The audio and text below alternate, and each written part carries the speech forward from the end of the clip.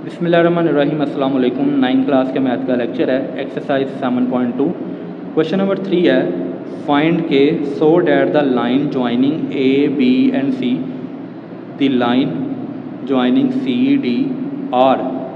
दो उसने ऑप्शन दे दिए हैं, एक पैरेलल का और एक परपेंडिकुलर का। यानी कि कह रहा है आपने के की वैल्यू फाइंड करनी है, जबकि हमारे पास जो लाइंस हैं एक ए बी लाइन है और एक है सी डी।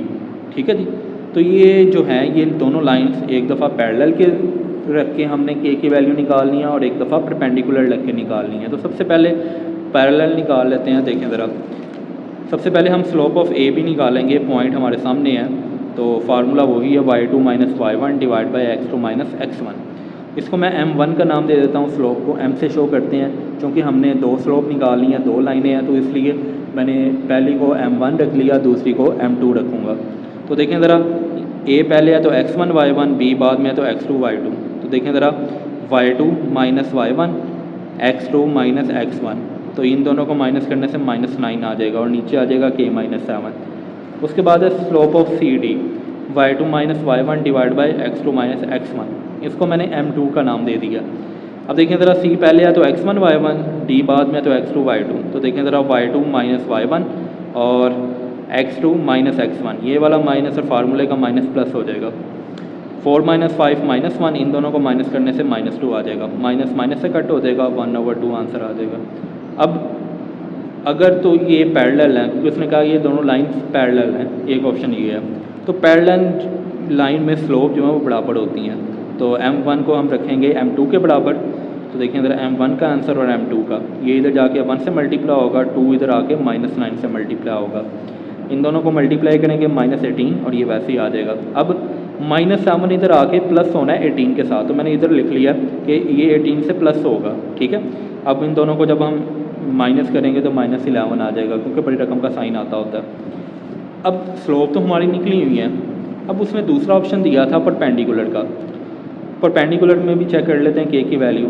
अगर स्लोप जो है या जो लाइन है वो आपस में परपेंडिकुलर हों, तो वो उन लाइंस की जो स्लोप है उनको मल्टीप्लाई करने से -1 आता है। ठीक है। अगर तो पैरेलल हैं तो दोनों स्लोप आपस में बराबर होती हैं, लेकिन अगर लाइन परपेंडिकुलर हैं तो दोनों का जो प्रोडक्ट है वो -1 के इक्वल होता है। तो देखें ज़रा, m1 मल्टीप्लाई m2 बराबर होगा -1 के। तो m1 की वैल्यू आ गई, फिर m2 की इक्वल टू -1। अब -9 को 1 से करेंगे तो ये ऐसे ही आ जाएगा। 2 को k और -7 से करेंगे तो 2k -14 आ जाएगा, इज इक्वल टू -1। अब ये वाली वैल्यू इधर डिवाइड हो रही है, इधर आके मल्टीप्लाई हो जाएगी। माइनस माइनस से कट जाएगा, 1 अगर मल्टीप्लाई होगा तो वैल्यू ऐसी आ जाएगी। अब k को मैं इधर ले आता हूँ, इधर आके -2k हो जाएगा। 9 इधर प्लस का था, इधर आके माइनस का हो जाएगा। ये वैसे ही आ गया। इन दोनों को जब आप ऐड करेंगे तो -23 आ जाएगा। माइनस माइनस से कट गया, 2 इधर मल्टीप्लाई और इधर आके डिवाइड हो जाएगा। तो ये आ गई आपके पास k की वैल्यू। क्वेश्चन नंबर 4 है, using slope show that the triangle with its vertices A B and C is a right triangle.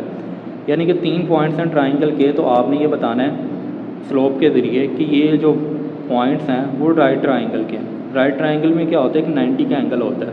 तो 90 का एंगल हमेशा परपेंडिकुलर में होता है, यानी कि ऐसे ये परपेंडिकुलर बनता है। तो इसका मतलब है कि हम पहले स्लोप निकालेंगे और फिर उनको चेक करेंगे कि ये परपेंडिकुलर है या नहीं है। अगर तो ये परपेंडिकुलर होंगी तो इसका मतलब है कि इसमें एक 90 का एंगल बनता है, और 90 का एंगल अगर बनता है तो इसका मतलब है कि वो राइट ट्राइंगल है। ठीक है जी। तो देखें ज़रा, सबसे पहले स्लोप ऑफ ए बी निकाल लेते हैं। ए बी पॉइंट मैंने लिख लिए हैं। तो y2 minus y1 divide by x2 minus x1, ये फार्मूला है।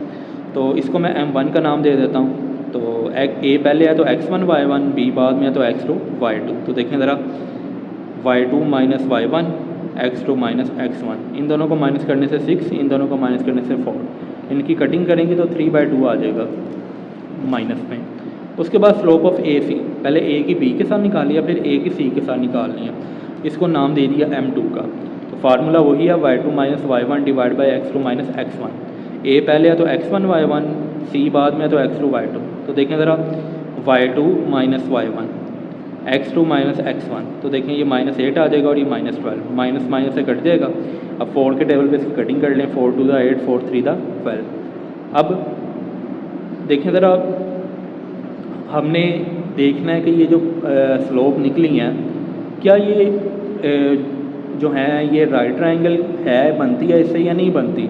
तो उसके लिए हमें परपेंडिकुलर चेक करना था। तो परपेंडिकुलर जब भी है तो हमने दोनों को मल्टीप्लाई करके देखना है कि इसका प्रोडक्ट -1 के इक्वल आता है कि नहीं आता। अगर तो -1 के इक्वल आता है तो इसका मतलब है जी ये एक राइट ट्रायंगल बनती है, लेकिन अगर -1 के अलावा कुछ भी आ जाता है तो इसका मतलब वो राइट ट्रायंगल नहीं है।